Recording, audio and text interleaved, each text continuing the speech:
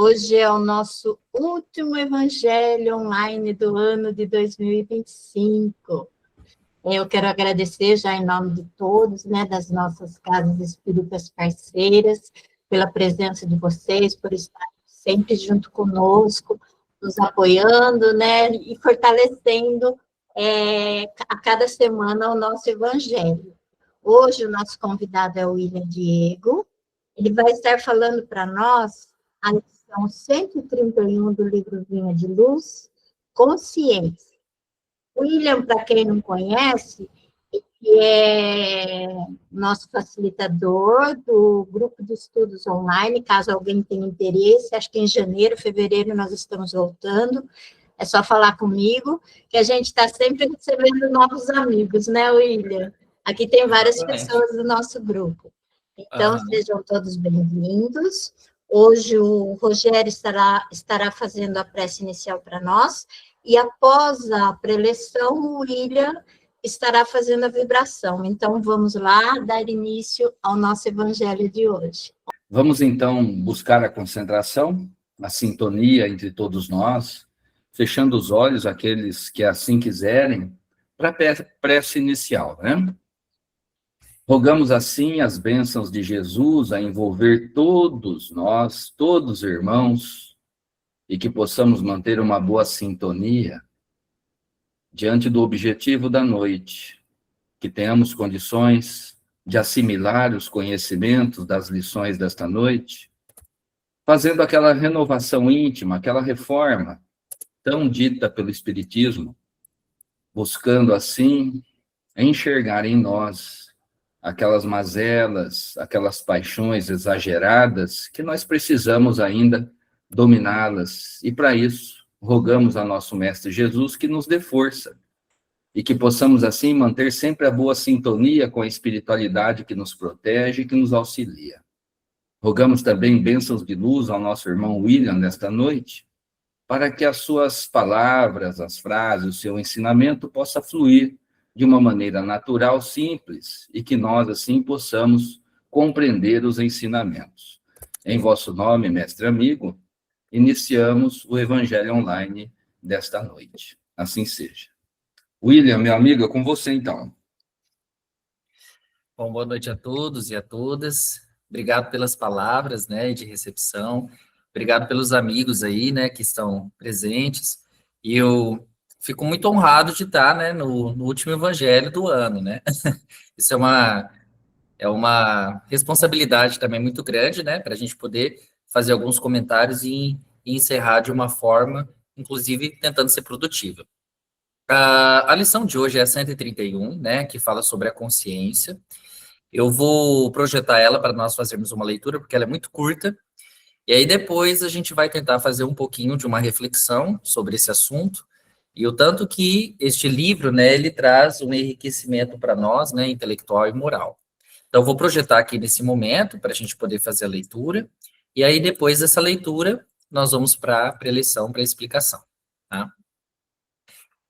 Então, aqui nós temos, né, projetado o livro, e na lição 131, com o título Consciência, a gente começa com uma epígrafe, né? Que é essa mensagenzinha curta, essa frase curta no início, de Paulo. Guardando o mistério da fé numa consciência pura, né? Quando ele começa com essa forma, a gente já mais ou menos consegue visualizar o que nós vamos conseguir encontrar aqui.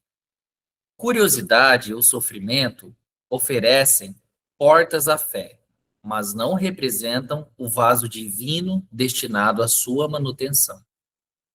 Em todos os lugares, observamos pessoas que, em seguida a grandes calamidades da sorte, correm pressurosas aos templos ou aos oráculos novos, manifestando esperança no remédio das palavras.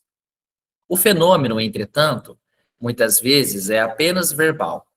O que lhes vibra no coração é o capricho insatisfeito ou ferido pelos azorragues das experiências cruéis. Claro que semelhante recurso pode constituir um caminho para a edificação da confiança, sem ser, contudo, a providência ideal. Paulo de Tarso, em suas recomendações a Timóteo, esclarece o problema com traço firme. É imprescindível guardar a fé e a crença em sentimentos puros. Sem isso, o homem oscilará na intranquilidade pela insegurança do mundo íntimo. A consciência obscura ou tisnada inclina-se invariavelmente para as retificações dolorosas, em cujo serviço podem nascer novos débitos, quando a criatura se caracteriza pela vontade frágil e infeliz. Os aprendizes do Evangelho devem recordar o conselho paulino, que se reveste de profunda importância para todas as escolas do cristianismo. O divino mistério da fé viva é problema da consciência cristalina. Trabalhemos, portanto, por apresentarmos ao Pai a retidão e a pureza dos pensamentos.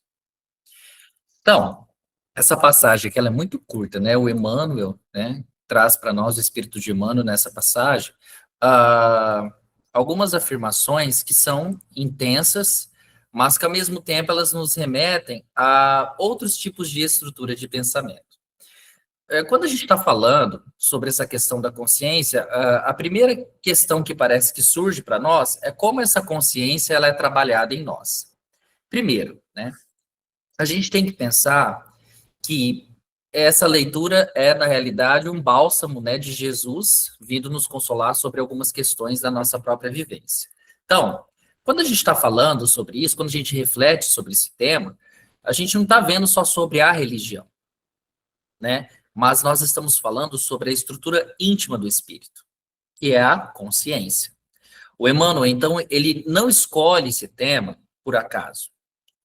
Ele sabe que muitos de nós, né, que buscamos a fé, que estudamos aí a doutrina espírita, que nós frequentamos muitas reuniões, nós ainda experimentamos muita inquietação. Nós ainda temos muita instabilidade, muitos conflitos interiores. Isso acontece porque a fé, para que ela se mantenha viva, ela não vai depender apenas do conhecimento que a gente vai adquirindo, mas do nosso nível de estado de consciência. A consciência é um campo onde a nossa fé se apoia. E se esse campo ele tiver turvo, se ele tiver instável, se ele tiver ali em conflito, a nossa fé ela vai oscilar. Então, ainda que a pessoa conheça a verdade, a fé ela vai tendo essa oscilação. Mas daí, como as pessoas que participam do nosso estudo sabem que eu gosto, né, de falar sobre algumas explicações, a gente precisa entender também o que é essa consciência. Segundo a doutrina espírita, a consciência ela não surge pronta para nós. Ela não surge do nada. E nem é um dom concedido para nós de uma só vez. Ela nasce com o espírito em um estado embrionário. Depois ela vai se desenvolvendo ao longo da nossa jornada evolutiva. Então, nos estágios iniciais da nossa vida espiritual, o princípio inteligente ele age quase que exclusivamente pelo instinto. Ainda há uma consciência moral clara, apenas reações automáticas à necessidade da nossa sobrevivência. À medida que o espírito ele conquista o livre-arbítrio, ele começa a escolher. E é nesse momento que a consciência ela desperta. Aí é que surge a nossa capacidade de avaliar os nossos próprios atos, da gente perceber as nossas próprias consequências. E aí a consciência, então, ela se forma, então, pela experiência. Cada ação realizada grava-se no íntimo do nosso espírito como se fosse uma cartela de aprendizados. O acerto vai gerando harmonia em nós. O erro gera inquietação. E aí, através dessa inquietação, que não é punição divina, mas é um reflexo natural do desalinhamento com a lei de Deus, que está inscrita na nossa própria consciência, a gente começa a observar as necessidades de algumas mudanças. Por isso, que quando algumas pessoas dizem que nós estamos em sofrimento, na realidade nós estamos em uma função educativa, porque nós estamos despertando para depois corrigir e depois orientar a nossa caminhada. E aí, algumas das dúvidas muito recorrentes também no Espiritismo sobre essa consciência, eu estou explicando essa parte para a gente conseguir entender melhor a mensagem do Emmanuel. A morte, ela não apaga a nossa consciência. A nossa consciência, ela atravessa as encarnações, ela amplia-se, ela se torna muito mais sensível conforme o nosso desenvolvimento. Daí nascem as intuições morais, os remorsos sem causa aparente, as inclinações naturais para o bem, para o mal, que a gente tem que contornar.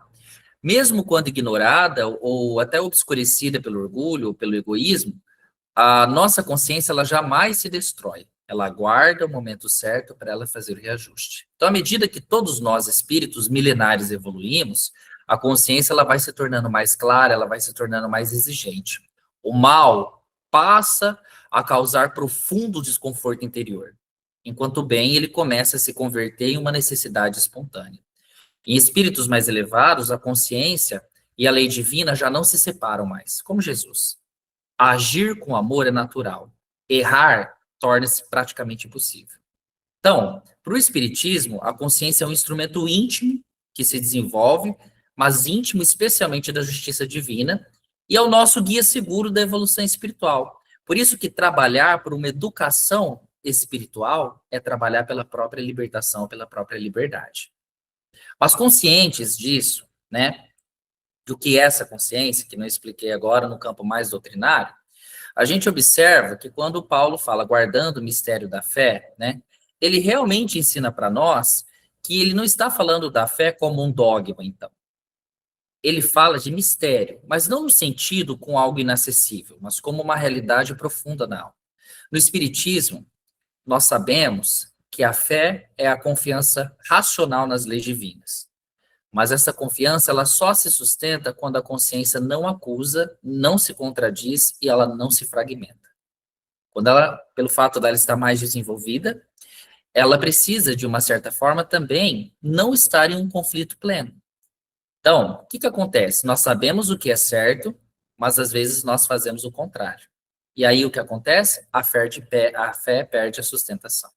Surge a culpa, a dúvida, o remorso, o medo. Não porque Deus nos pune, mas porque a nossa própria consciência se torna um tribunal íntimo para nós. Então, quando ele diz dessa forma, né, ou ele traz, inclusive, a afirmação, curiosidade ou sofrimento oferecem portas à fé, mas não apresentam o vaso divino destinado à sua manutenção. Aqui ele distingue muito bem a entrada e a permanência. Por quê? Muitos de nós entramos na fé, por curiosidade. Alguns procuram o espiritismo para entender os fenômenos, para explicar a questão mediúnica, para compreender a vida espiritual. Outros entram pelo sofrimento, quando a dor nos obriga a procurar o sentido existencial da nossa vida. Então, esses fatores, né, que são legítimos, mas perigosos quando eles se tornam o centro da nossa experiência religiosa. Então, se a fé nasce só da dor, ela pode desaparecer quando a dor passar. Se nasce da curiosidade, ela pode se perder quando o fenômeno deixa de impressionar. Por isso que a fé duradoura, ela exige essa transformação moral e não apenas esse alívio emocional. E a religiosidade, então, entra nesse campo, né, que o Emmanuel também observa, porque algumas pessoas que após algumas calamidades correm aos templos, né, buscando remédios nas palavras e tudo mais, né, que ele até diz para nós que a religiosidade às vezes se torna um campo de emergência e muitas vezes se torna um fenômeno verbal. A gente tem que prestar muita atenção nisso. Por quê? Quando a gente busca os lugares apenas como um remédio, um alívio imediato, isso não é algo condenável, mas a gente precisa compreender o porquê que isso está sendo realizado. Muitas vezes, o que a gente está buscando não é Deus, mas uma solução imediata para a resolução dos nossos problemas íntimos. A prece vira pedido urgente, mas ela não vira um compromisso de mudança. E aí é quando Emmanuel chama isso de fenômeno verbal. Fala-se de fé, mas o coração ele continua preso ao orgulho ferido, à revolta, ao ego magoado. Então, quando a situação melhora, a prática espiritual ela acaba sendo abandonada. A fé, gente, que não toca a consciência, ela não é capaz de transformar o nosso caráter. Por isso que também ele continua, né, dizendo que essa consciência é como um vaso de uma fé viva. Tanto é que o Paulo ele foi muito categórico ali no início, né? É imprescindível guardar a fé e a crença em sentimentos puros. Porque a nossa consciência, se ela é a lei divina registrada no nosso espírito, ela não se apaga com a morte. Ela vai acompanhando, como eu expliquei para vocês, o ser em todas as encarnações. Quando ela não é educada pelo amor e pelo esclarecimento, a vida acaba educando por aquilo que a gente identifica como dor. Então, uma consciência pesada, ela não suporta a fé viva. Porque a fé exige coerência entre pensar, sentir e agir. Esses três elementos, eles precisam estar alinhados, né? Por isso, eu não posso só acreditar que existe. Eu preciso purificar as minhas intenções, eu preciso disciplinar as minhas emoções, eu preciso alinhar as minhas escolhas, né? E isso explica muito, porque, inclusive, nós temos diversos sofrimentos que nós não entendemos. Não são castigos divinos, né? Sabemos que são processos educativos, mas quando nós não compreendemos a complexidade desses enfrentamentos que nós temos, esses desafios, nós não conseguimos identificar que a gente está aprendendo pelo amor. E aí a experiência ela se torna muito mais difícil, porque a nossa consciência ela não está ativa nesse campo. Então, a vontade frágil, sem vigilância, ela às vezes gera para nós, por exemplo, novos débitos, mesmo tentando acertar. Por isso que é interessante a gente insistir sempre no autoconhecimento, na reforma íntima, em todos esses campos. Agora, para a gente pensando, né, de uma forma até mais profunda nisso, né, para eu não me alongar também, aqui dentro do campo, né, do Evangelho, é importante a gente pensar sobre essa questão da consciência obscura, né, e de algumas retificações que elas são dolorosas, tá? Por que que é tão interessante a gente pensar nessa consciência obscura e nessas retificações? Porque nós somos aprendizes do Evangelho. Como nós somos aprendizes, nós não somos mestres ainda. O único mestre que veio aqui na Terra se chama Jesus Cristo. Então nós erramos e nós somos responsáveis por esse erro e também pelo nosso aprendizado. O Emmanuel, ele lembra que o conselho de Paulo, ele é válido para todas as escolas cristãs. Todas. Independente do campo de religiosidade que ela segue. Porque trata da base moral do ser humano. Então, a fé, ela vai exigir, sim, de nós uma certa vigilância constante sobre pensamentos, sobre sentimentos, sobre reações. Sem essa vigilância, a consciência, ela se fragmenta e a fé, ela vai enfraquecer. Por isso que fala, consciência cristalina é fé viva. Né? A consciência cristalina não é a perfeição, mas a transparência moral. Eu vou repetir isso.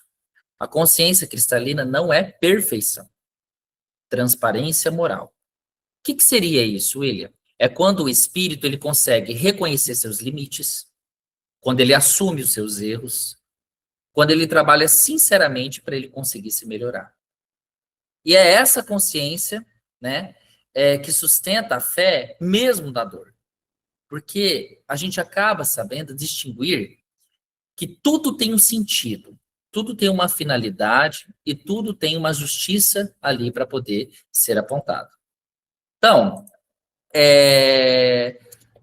eu acho que quando a gente fala sobre esse assunto, nós temos que imaginar que existem diversas vertentes que possam, né, ser analisados de uma maneira um pouco mais no nosso dia a dia da prática. Por exemplo, vamos pensar da seguinte forma, né? Se a consciência, ela não é apenas essa memória do passado, né, mas uma antecipação do futuro do nosso espírito, a gente às vezes costuma pensar a consciência, quando nós estamos aqui encarnados, apenas como um arquivo, né? Então ela registra erros, ela registra acertos, experiências vividas, né? Isso é verdadeiro, mas essa temática ela é um pouco incompleta, né? Porque ela também funciona como um campo de atração evolutiva.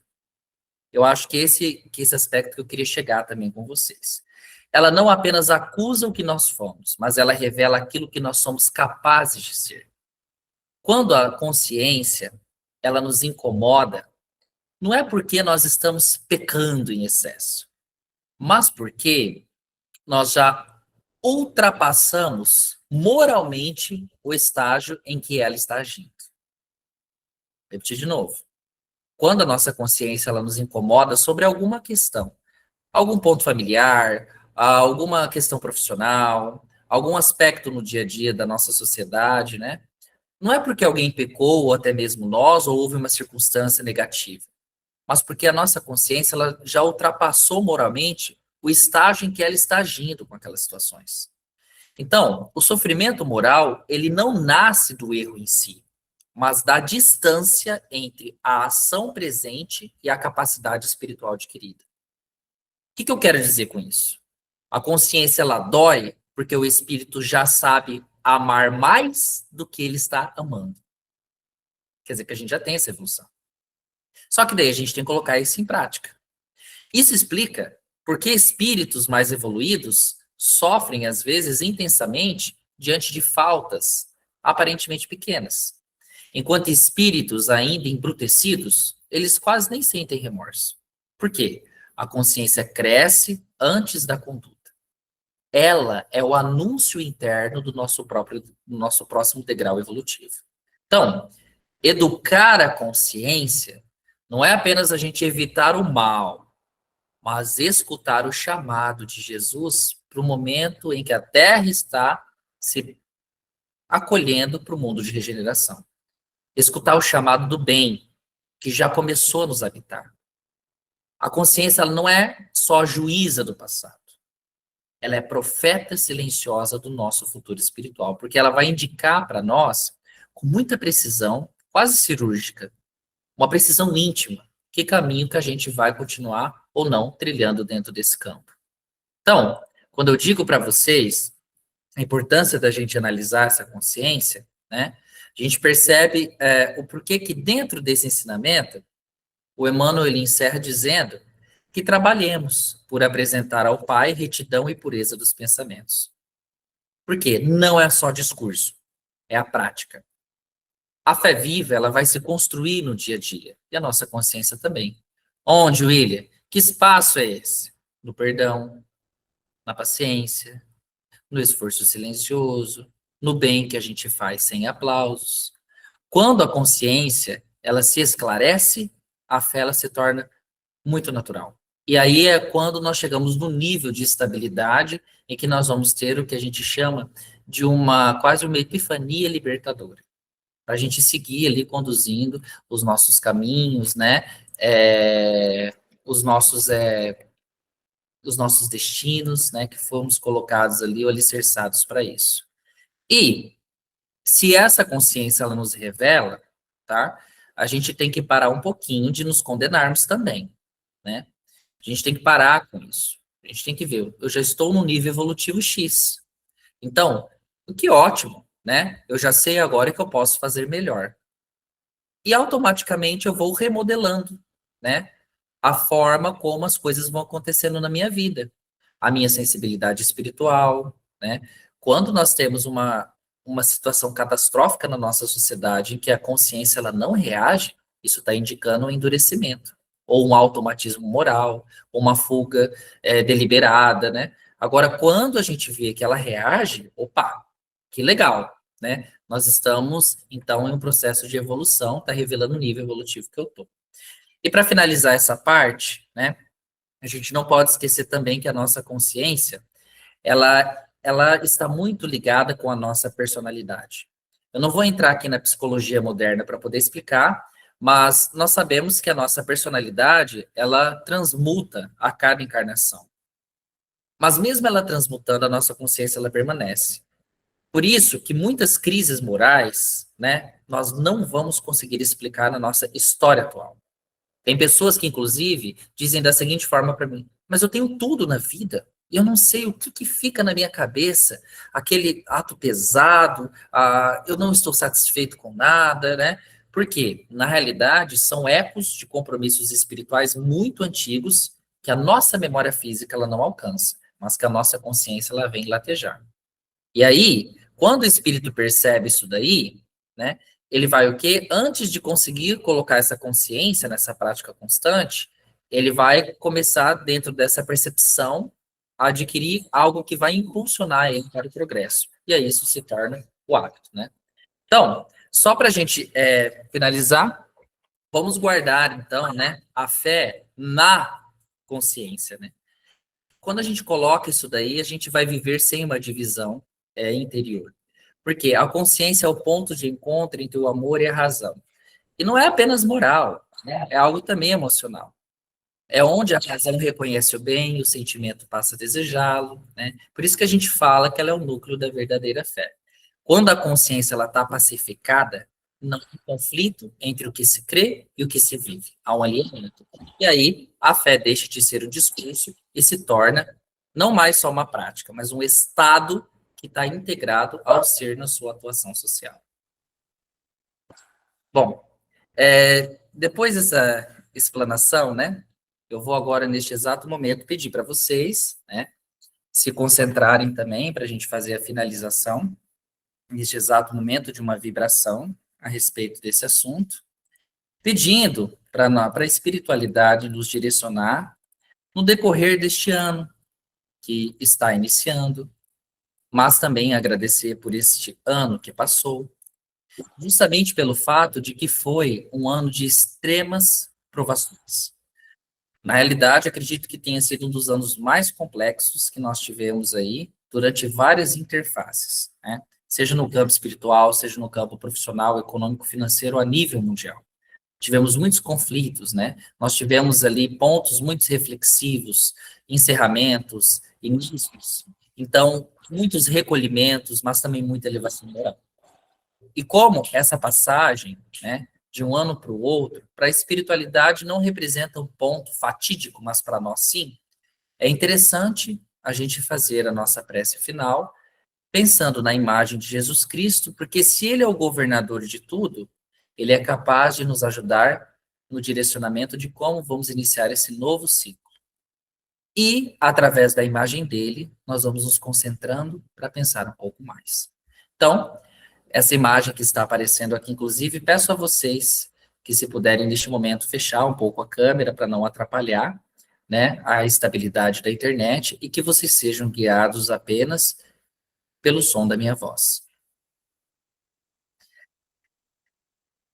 Senhor Jesus e amigos espirituais que neste exato momento estão presentes conosco. Diante de Ti, em silêncio interior, agradecemos a oportunidade de refletir sobre a fé, não apenas como crença que se pronuncia, mas como luz que se guarda na consciência. Ajuda-nos a compreender que a fé viva não se sustenta em palavras belas, nem em pedidos apressados nas horas de dor, mas na retidão dos sentimentos e na pureza dos pensamentos que cultivamos todos os dias. Ensina-nos, Mestre, a ouvir a voz da nossa consciência, como este ano o Senhor nos ensinou, através de diversos aprendizados. Essa lei divina que habita em nós e que muitas vezes deixamos de escutar por orgulho, por pressa ou até mesmo por medo de mudar. Que saibamos transformar a dor em aprendizado, o equívoco em lição e as dificuldades ou os desafios em degraus de crescimento espiritual. Fortalece-nos à vontade, querido Jesus, para que não nos deixemos conduzir pelas fragilidades do ego, mas pela serenidade da razão iluminada pelo amor. Concede-nos, Senhor, concede-nos uma consciência cada vez mais clara, não para nos julgarmos severamente, mas para nos reconhecermos responsáveis pelo bem que podemos realizar. Que a fé, guardada em nosso íntimo, seja fonte de paz, de confiança no futuro, no ano de 2026, e de coragem também para nós seguirmos adiante, mesmo quando o caminho ele pareça completamente difícil e extremamente desafiador. Recebe, Pai de infinita bondade, o esforço sincero de cada coração presente aqui inspira-nos a sair deste momento um pouco mais vigilantes, um pouco mais humildes e um pouco mais dispostos a realmente amar. Que a tua paz permaneça conosco hoje, amanhã e por toda a nossa jornada evolutiva, tanto aqui na Terra quanto em outros espaços. Que assim seja.